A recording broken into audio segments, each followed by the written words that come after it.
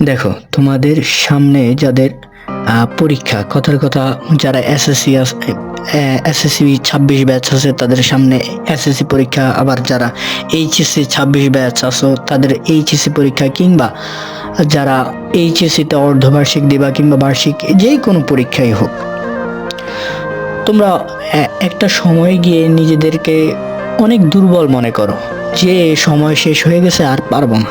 মনে রাখবা, এই পৃথিবীতে সময় শেষ হয়ে গেছে এই শব্দটা নাই।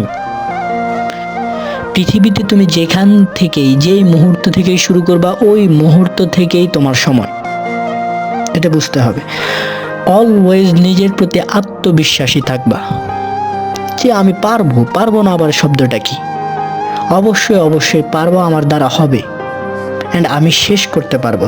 2 নাম্বার হলো ধারাবাহিকতা। অলওয়েজ চেষ্টা করবা কনসিস্টেন্সি বজায় রাখা।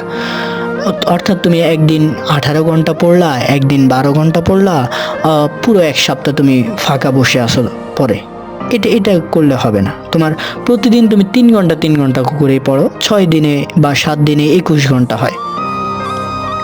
সো তুমি এইভাবে ধারাবাহিকভাবে আগাইতে হবে। কেন বলতেছি ধারাবাহিকভাবে?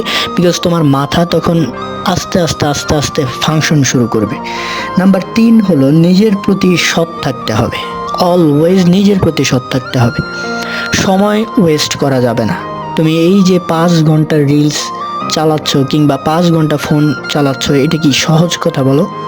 5টা ঘন্টা তুমি শেষ করে দিচ্ছ।